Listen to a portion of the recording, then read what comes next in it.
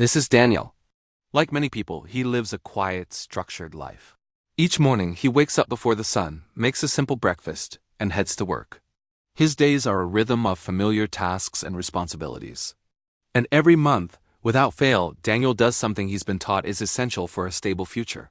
He saves money. He doesn't make extravagant purchases.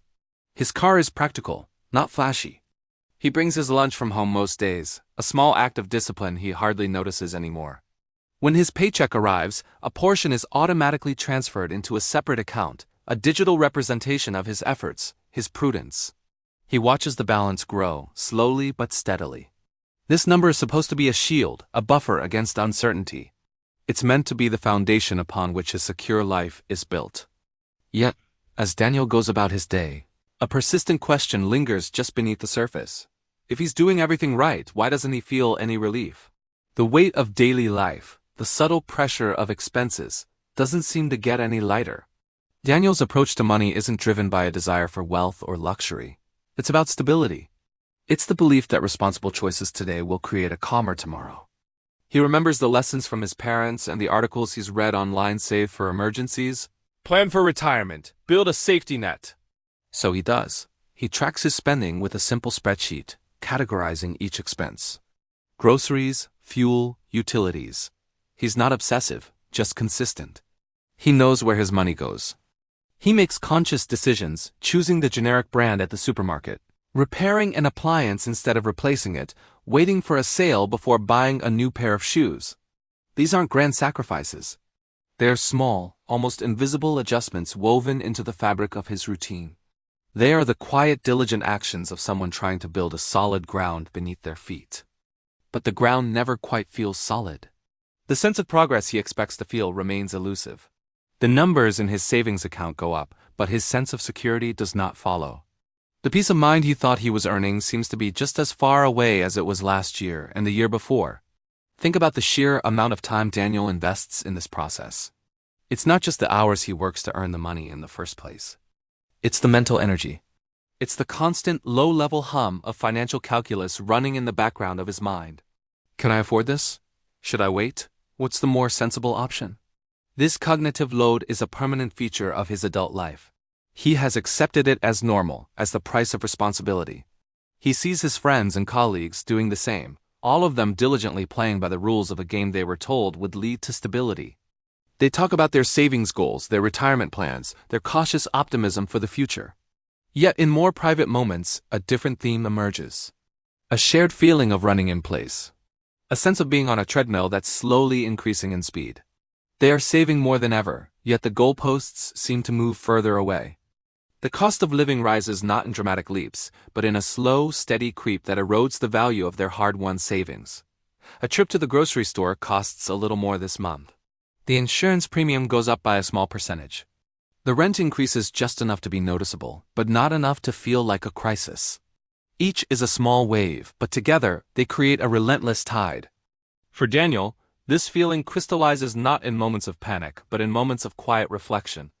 It happens when he's driving home from work, listening to the radio. Or when he's looking at his budget for the upcoming month. He's done everything he was supposed to do. He avoided debt. He lived within his means. He saved diligently. The reward for this discipline was supposed to be a sense of freedom, a lightening of the constant worry about money. But that freedom hasn't arrived. The worry is still there, just quieter, more persistent. It's the worry that a single unexpected event, a major car repair, a sudden health issue could wipe out years of careful saving. It's the realization that his savings, which once seemed substantial, now feel inadequate when measured against the rising costs of housing, healthcare, and education. The safety net he has been weaving for years feels thinner than he imagined. It's not that he's failing. By all conventional measures, he is succeeding. He is responsible. He is prepared. But the system he is participating in seems to demand more and more just to maintain the status quo. The narrative of saving money is often one of empowerment. It's sold as the key to unlocking a future with less stress and more options. Save this much, and you'll be able to retire. Save this much, and you can handle any emergency. Daniel followed this narrative. He believed in the promise. But his lived experience tells a different story. It's a story of constant effort without the corresponding feeling of security. His savings account is a testament to his discipline, but it doesn't quiet the anxieties of modern life. It feels less like a tool for building a better future, and more like a necessary defense just to survive the present. He looks a decade ahead and wonders what will be different. Will he need to save even more? Will the pressure intensify? The promise was that over time, things would get easier. That the foundation he was building would eventually be strong enough to relax on. Instead, he feels like he's just building the foundation higher and higher, without ever getting to build the house itself. The act of saving has become the end goal, not the means to an end. It's a continuous, unending process of reinforcement against a world that feels increasingly precarious. The relief he seeks isn't about being rich. It's about being able to breathe.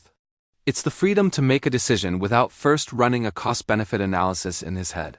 It's the quiet confidence that if something goes wrong, he'll be okay. He has the savings, but he doesn't have the confidence. The numbers on the screen provide no emotional comfort. They are just a score in a game where the rules keep changing, and the finish line is always just out of sight. His discipline has not led to peace, but to a state of permanent vigilance. So as Daniel prepares for another day, another week of quiet diligence, the question remains. He has done the work. He has made the responsible choices. He has accumulated the savings he was told would bring him security. And yet, that feeling of safety, of solid ground, remains just beyond his grasp. After years of doing everything right, what is all this saving really supposed to provide?